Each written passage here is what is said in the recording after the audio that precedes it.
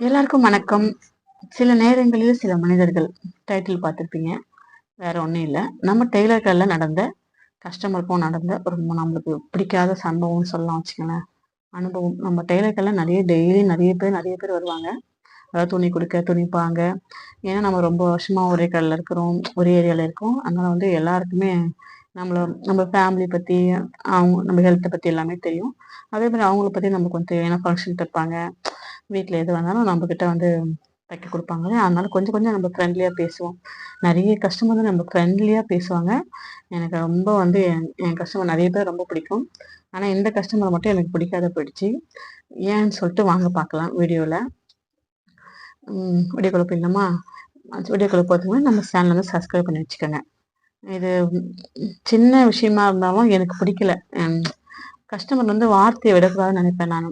ஏன்னா வந்து முதல்ல நம்ம நம்பணும். ஏன்னா இத்தனை வருஷமா நம்ம தைக்கிறோம், நம்ம வந்து எப்படி நடந்துப்போம் என்ன இருக்கும் நம்மளுக்கு தெரியும் இல்லையா? அதுதான் நான் யோசித்தேன். நான் வந்து சொல்றது கரெக்டா இல்லையான்னு சொல்லிட்டு நீங்களே சொல்லுங்க. ஓகேவா? இப்போ வந்து ஒரு கஸ்டமர் வந்து அவங்க கல்யாணத்துக்கு ப்ளவுஸ் தைச்சாங்க. 2 வருஷமா நம்மளுக்கு தைச்சிட்டு இருக்காங்க. எல்லாமே அவங்க என் வீட்டில் நடக்கிறது எல்லாமே தெரியும், அவங்க வீட்டில் இருக்கிறது எல்லாமே தெரியும். அதாவது ஃபங்க்ஷனு அது மாதிரி சொல்கிறேன்.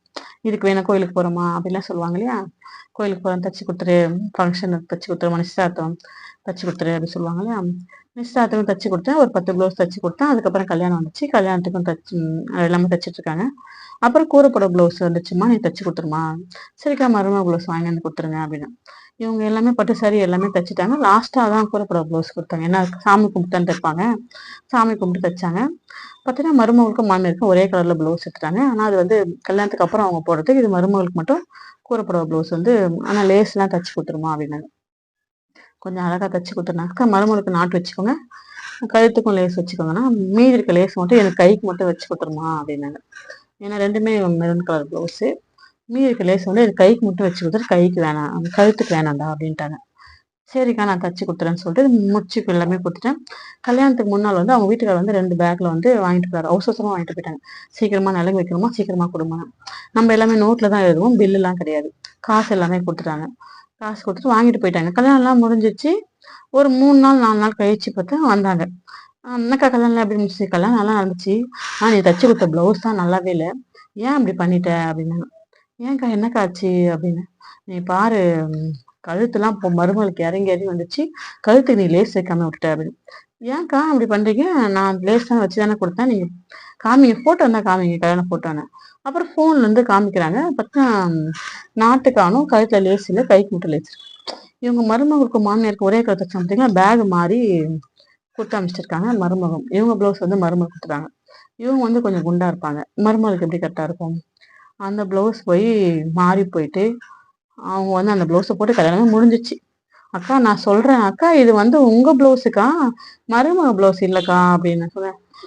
நான் அதே மருமக ப்ளவுஸ் இல்லையா, நீ தான் என் மருமக ப்ளவுஸ் தொலைச்சிட்டியா, ஏன் தான் அப்படி பண்ணி தெரியல, நான் சாமி கும்பிட்டு கொடுத்தேன், கூரை போட ப்ளவுஸ் போய் இப்படி தொலைச்சிட்டியே, நீ நல்லா இருப்பியா, நாசமா போயிடுவேன், அப்படி இப்படின்னு தேவையில்லாதெல்லாம் பேச ஆரம்பிச்சிட்டாங்க.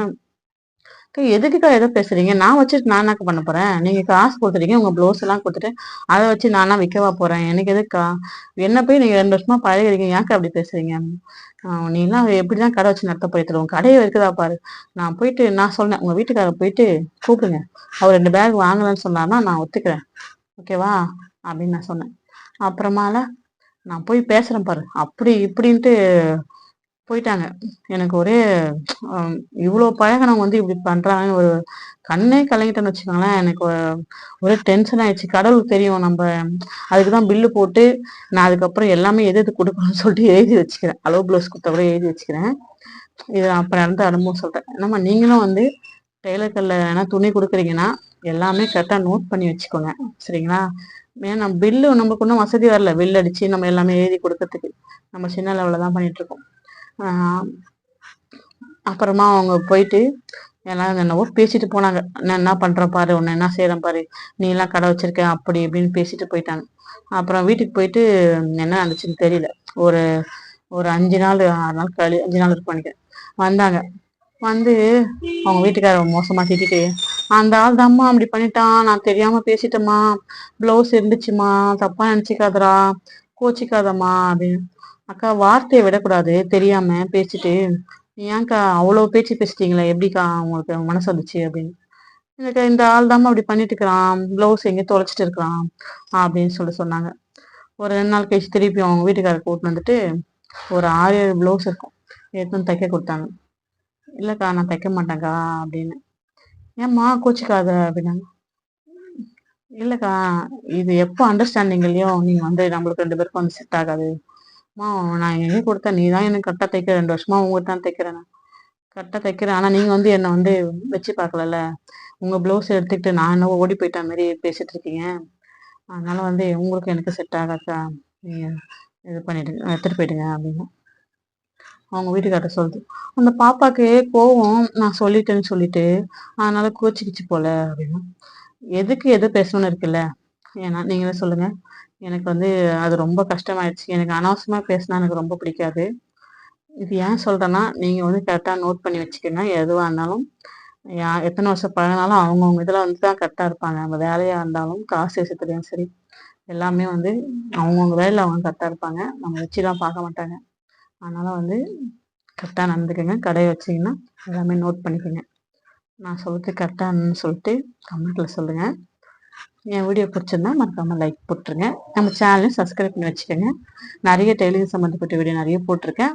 அதேமாதிரி நிறைய கட்டிங் வீடியோவும் ஸ்டிச்சிங் வீடியோவும் நான் வந்து வீடியோ போட்டிருக்கேன். லைவ்ல நிறைய போட்டிருப்பேன். நீங்கள் போய் பாருங்க. ஓகேவா? நீங்கள் நிறைய பேர் இப்போ சப்போர்ட் பண்ணுறீங்க. ரொம்ப ரொம்ப நன்றி. தேங்க்யூ ஃபார் வாட்சிங். நிறைய வந்து இது மாதிரி சில நேரங்களில் சில மனிதர்கள் கதையை பற்றி நான் நிறைய சொல்லலான்னு இருக்கேன். ஏன்னா நிறைய அனுபவங்கள் இருக்குது நம்ம டெய்லர் கடையில். உங்களுக்கு பிடிக்கும்னு நினைக்கிறேன். வீடியோ பிடிச்சிருக்கேன், மறக்காமல் லைக் போட்டுருங்க. நன்றி எல்லாருக்கும்.